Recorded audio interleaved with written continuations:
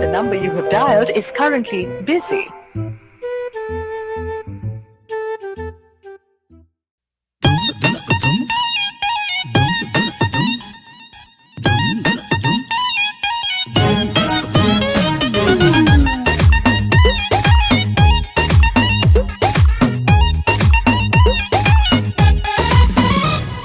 रात में तुझको कॉल किया तेरा फोन बिजी था, इतना बता दे मुझसे ज्यादा कौन निजी था। लोन पे फोन लिया तब जाके तुम्हें दिया बात करने को, 28,000 के बिल भरी हो आ दूसरा के काबू बोलो।